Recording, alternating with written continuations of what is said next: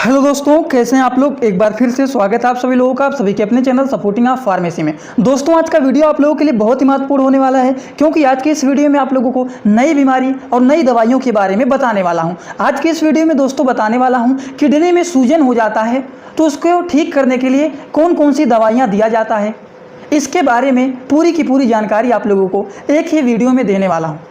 सबसे पहले आप लोगों को बताऊंगा कि किडनी में सूजन क्यों होता है, सूजन होने का क्या कारण होता है, और अगर मान लीजिए किसी की किडनी में सूजन बन गया है तो उसके कौन कौन से लक्षण देखे जाते हैं। हर एक चीज़, मतलब इस बीमारी से रिलेटेड आप लोगों को हर एक चीज़ एकदम आसान भाषा में बताऊंगा।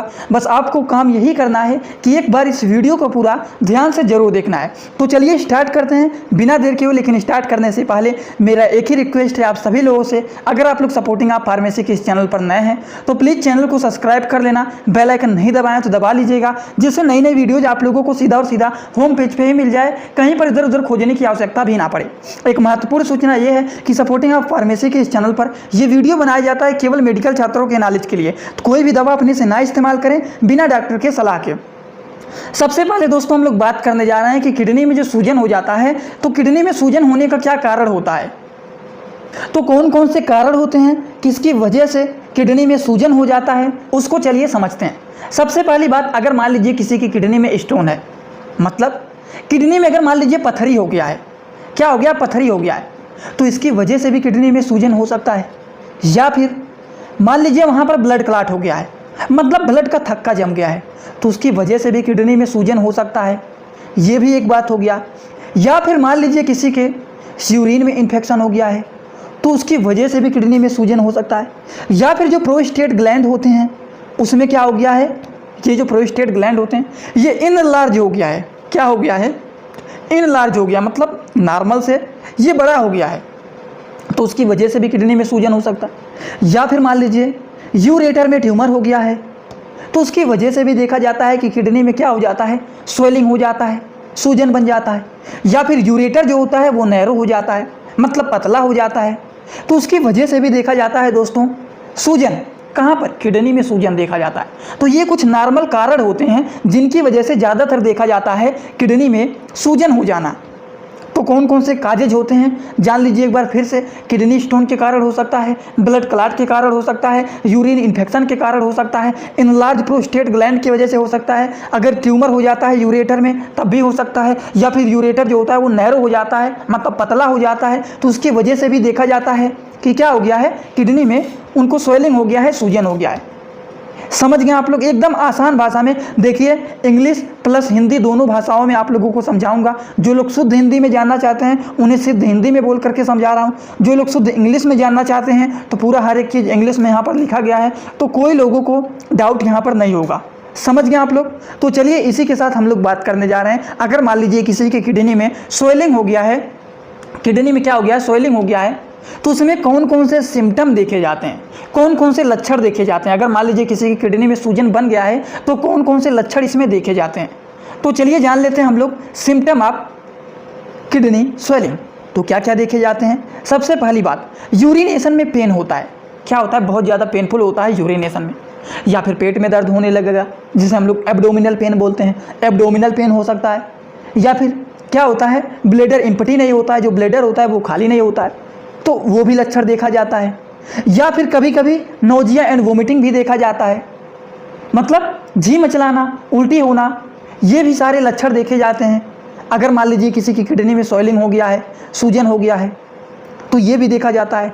तो अगर किसी के किडनी में सूजन हो गया है तो इसमें ये सारे के सारे लक्षण देखे जाते हैं कि यूरिनेशन में पेनफुल होगा, एब्डोमिनल पेन देखा जाएगा, ब्लैडर एम्प्टी नहीं होता है और जी मचलाने लगता है, उल्टी होने लगता है।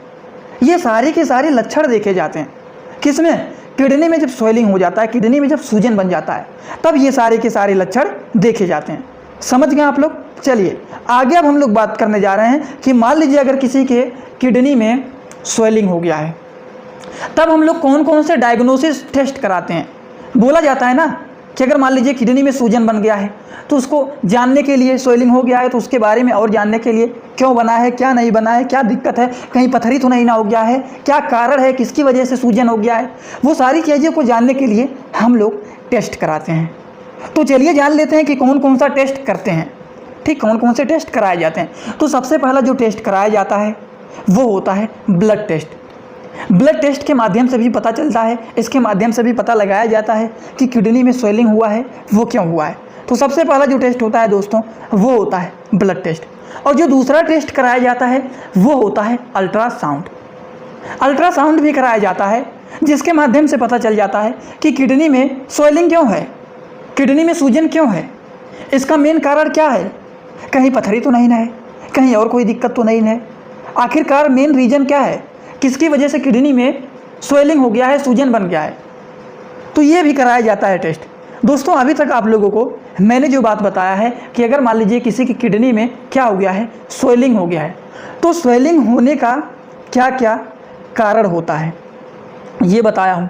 स्वेलिंग होने पर क्या क्या लक्षण देखे जाते हैं ये बताया हूँ आप लोगों को। और मान लीजिए किसी की किडनी में स्वेलिंग हो गया है तो उसको मेन कारण क्या है, आखिरकार स्वेलिंग क्यों हुआ है, कहीं पथरी तो नहीं ना हो गया है या फिर कहीं और कोई दिक्कत तो नहीं ना हो गया है। तो उसको जानने के लिए हम लोग कौन कौन सा टेस्ट कराते हैं, ये सारी बात हम लोग अभी आसान भाषा में समझ रहे हैं। तो ध्यान से आप लोग वीडियो को पूरा देखना। वीडियो थोड़ा सा बड़ा हो सकता है और वीडियो थोड़ा सा छोटा भी हो सकता है, लेकिन आपको वीडियो को पूरा देखना है, क्योंकि मैं कोई भी वीडियो बनाता हूं तो उसके बारे में आप लोगों को A to Z नॉलेज देता हूं, जिससे उस बीमारी से रिलेटेड आप लोगों को अब कोई भी डाउट ना रह जाए। समझ रहे हैं ना आप लोग?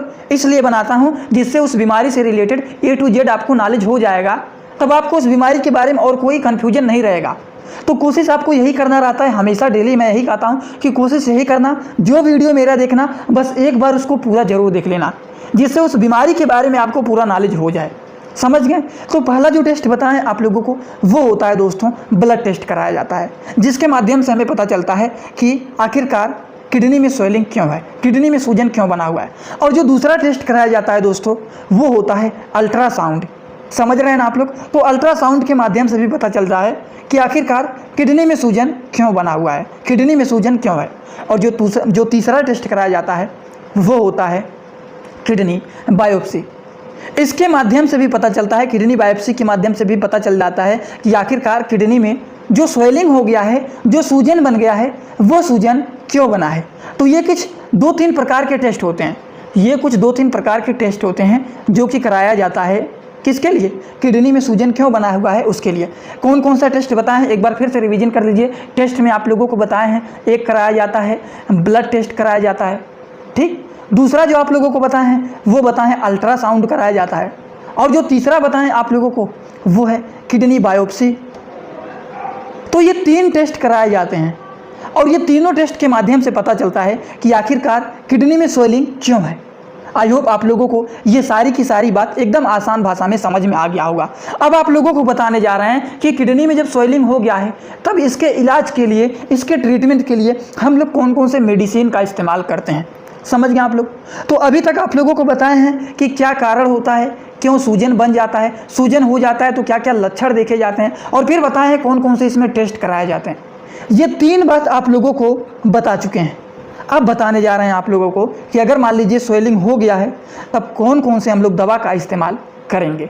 समझ रहे हैं ना आप लोग? कोई ऐसा तो नहीं है कि हमारी बातों को समझ नहीं पा रहा है, सबको समझ में आएगा, A to Z समझ में आएगा। बस आप थोड़ा सा ध्यान से देखना वीडियो को, जिससे पूरी की पूरी बात आपको समझ में आ जाएगा। दोस्तों जो पहला मेडिसिन होता है वो होता है फिनॉक्सी मेथिल पेनिसिलिन।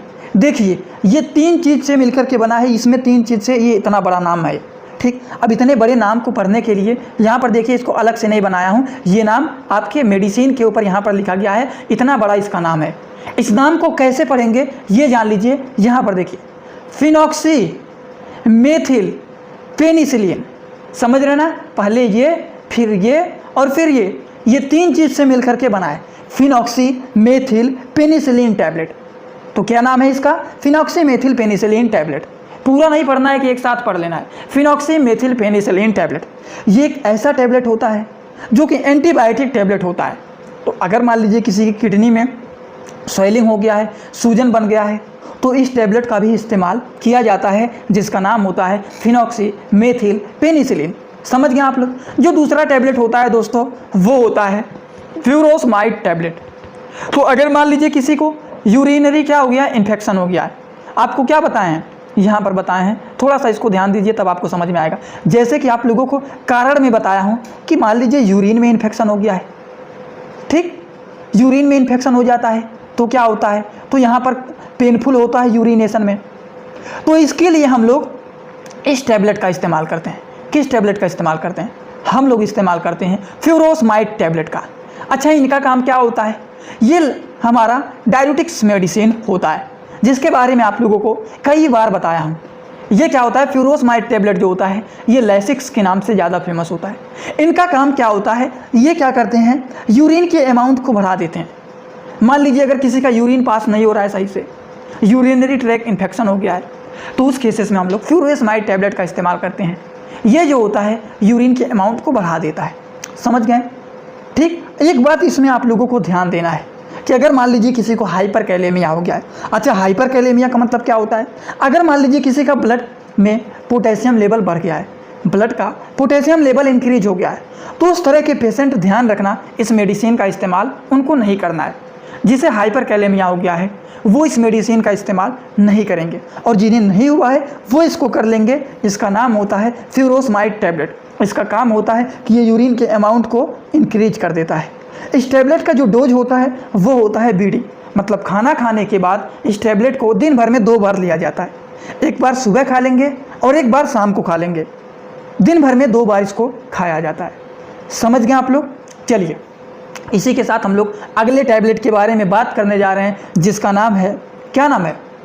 इस टैबलेट का नाम है डिस्लोरेटिडीन। ठीक, क्या नाम है? तो डिस्लोरेटिडीन टैबलेट का क्या काम होता है, इसको भी आप लोगों को जानना पड़ेगा। देखिए दोस्तों, जो डिस्लोरेटिडीन टैबलेट होता है इसका इस्तेमाल किया जाता है अगर मान लीजिए किसी को ईचिंग हो रहा है। यदि अगर किसी को ईचिंग होता है तब उस केसेस में डिस्लोरेटिडीन टैबलेट का इस्तेमाल किया जाता है, जो कि किस नाम से ज़्यादातर फेमस होता है? ये जो होता है न्यूकोप के नाम से फेमस होता है, जिसका साल्ट नेम होता है डिस्लोरेटिडीन टैबलेट। समझ रहे हैं आप लोग? न्यूकोप के नाम से ज़्यादातर फेमस होता है। अगर मान लीजिए किसी के शरीर में ईचिंग हो रहा है तो ईचिंग को ठीक करने के लिए इस टैबलेट का इस्तेमाल किया जाता है। डोज बहुत इंपॉर्टेंट होता है, डोज आपको जानना पड़ेगा। इस दवा को खाया जाता है 1 tablet before sleep after meal. इसका मतलब क्या होता है?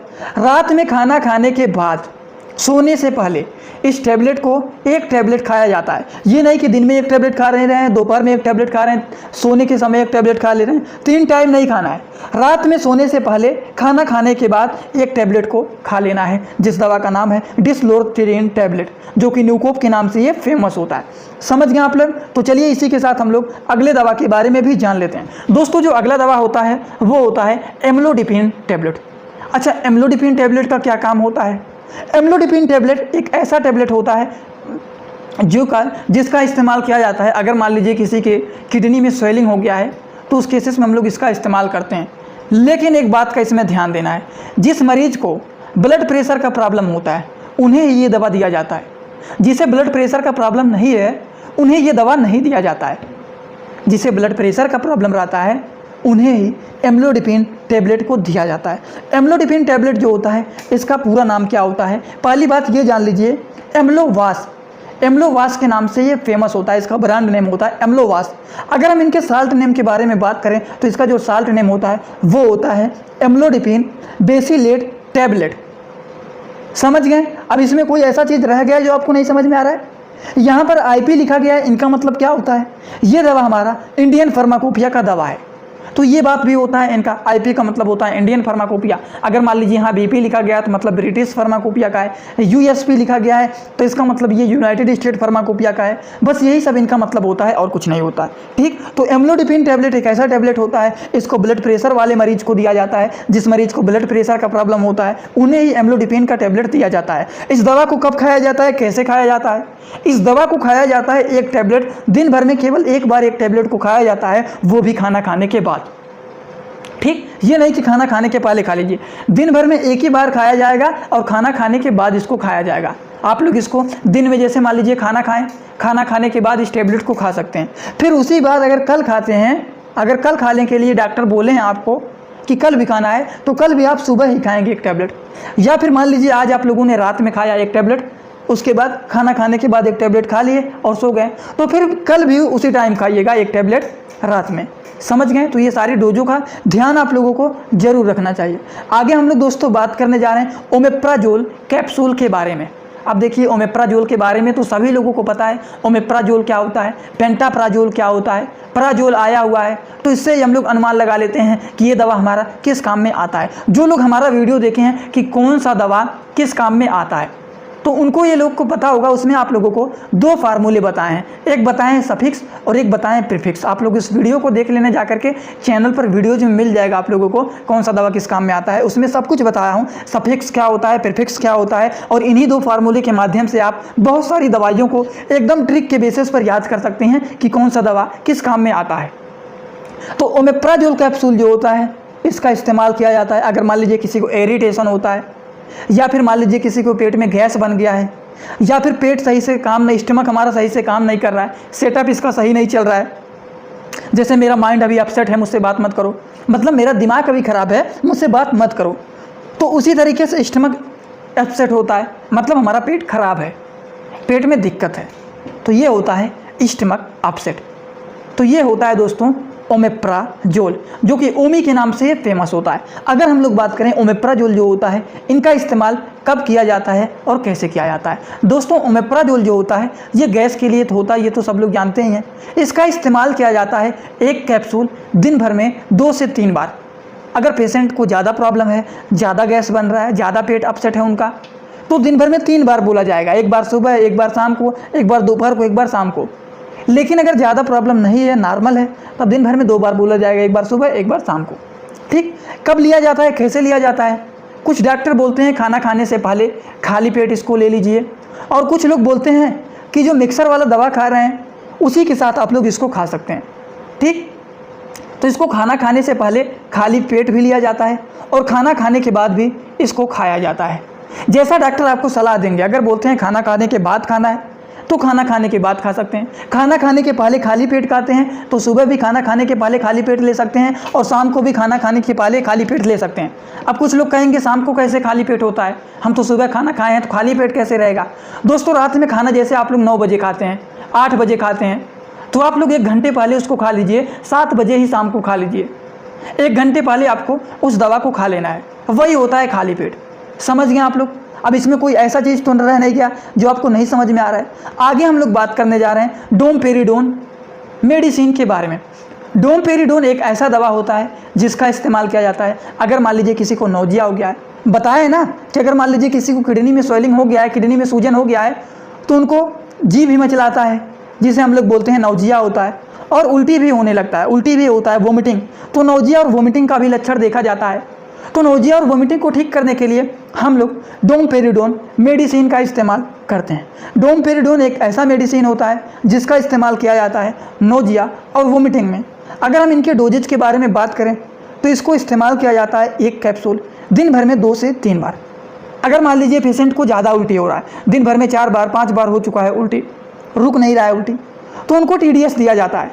लेकिन थोड़ा मान लीजिए नॉर्मल कंडीशन है तो इस दवा को दिन भर में 2 ही बार दिया जाता है। अच्छा, जो लोगों को नहीं पता है BD के बारे में क्या होता है, BD क्या होता है, TDS, जल्दी से थोड़ा सा यहाँ पर रिवीजन कर लीजिए कि जो डॉक्टर होते हैं वो दवा के डोज को हमेशा 60 वर्ड में लिखते हैं। जैसे वो OD लिख देंगे, या फिर वो BD लिख देंगे, या फिर वो लिख देंगे TDS, या फिर वो लिख देंगे QID। तो इन सब का मतलब क्या होता है दोस्तों? अगर किसी दवाओं के नाम के बगल में OD लिखा गया है तो इसका मतलब होता है ये दवा दिन भर में 1 बार खाना है। BD लिखा गया है तो इसका मतलब इस दवा को दिन भर में 2 बार खाना है। TDS लिखा गया है तो इसका मतलब इस दवा को दिन भर में 3 बार खाना है। और QID लिखा गया है तो इसका मतलब इस दवा को दिन भर में 4 बार खाना है। ये बात आप लोगों को समझ में आया कि नहीं? तो यही बात बस आप लोगों को समझना था, जिन्हें पता है ठीक है। तो आई होप आप लोगों को हर एक चीज़ समझ में आया होगा। क्या क्या चीज़ आप लोगों को बताएं हैं, जल्दी से रिवीजन कर लीजिए। और फिर जो लोग हमसे जुड़ना चाहते हैं, कहाँ पे जुड़ेंगे, कहाँ पर हमसे बात कर सकते हैं, अगर कुछ पूछना चाहते हैं, कुछ बताना चाहते हैं, वो भी बताऊंगा कहाँ पर आप हमसे पूछ सकते हैं। लेकिन उसको जानने से पहले एक बार जल्दी से 1 मिनट के अंदर रिवीजन कर लेते हैं। जैसे कि आप लोगों को डोमपेरिडोन के बारे में बताएं, अगर किसी को नौजिया वोमिटिंग हो रहा है तो उसमें हम लोग इस दवा का इस्तेमाल करते हैं। फिर आप लोगों को बताएं ओमेप्राजोल टैबलेट कैप्सूल के बारे में। ओमेप्राजोल एक ऐसा मेडिसिन होता है जिससे इरिटेशन हो रहा है, गैस बना हुआ हुआ है, स्टमक अपसेट है, उस केसेस में इसका इस्तेमाल किया जाता है। फिर आप लोगों को एम्लोडिपिन टैबलेट के बारे में बताएं जो कि ब्लड प्रेशर वाले पेशेंट को दिया जाता है। फिर आप लोगों को बताएं हैं किसके बारे में, डिस्लोटिडीन के बारे में बताएं।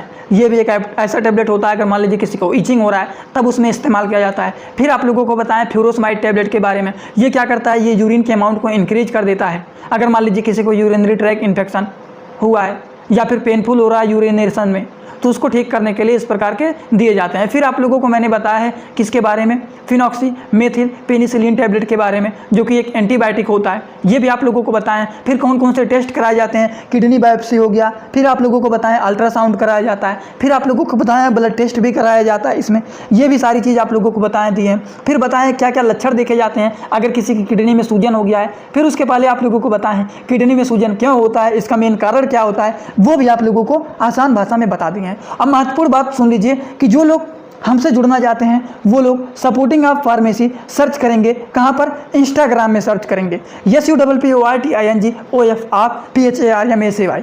सपोर्टिंग ऑफ फार्मेसी जो चैनल का नाम है वही आप लोग इंस्टाग्राम में सर्च करेंगे, आपको चैनल मिल जाएगा। वहाँ पर आप लोग हमें फॉलो कर सकते हैं। अगर आप हमें कुछ बताना चाहते हैं तो आप लोग हमें वहाँ पर अपनी बात बता सकते हैं पर्सनल। ठीक, तो चलिए दोस्तों, आज का वीडियो यहीं पर होता है कंप्लीट। आज का वीडियो कैसा लगा सभी लोग कमेंट बॉक्स में जरूर बताइएगा। मेरा छोटा सा यही रिक्वेस्ट है कि ज़्यादा से ज़्यादा इस वीडियो को अपने सभी मेडिकल स्टूडेंट के पास, अपने मेडिकल दोस्तों के पास इसको जरूर शेयर करना। Thanks for watching my video. Like comment share and subscribe this channel.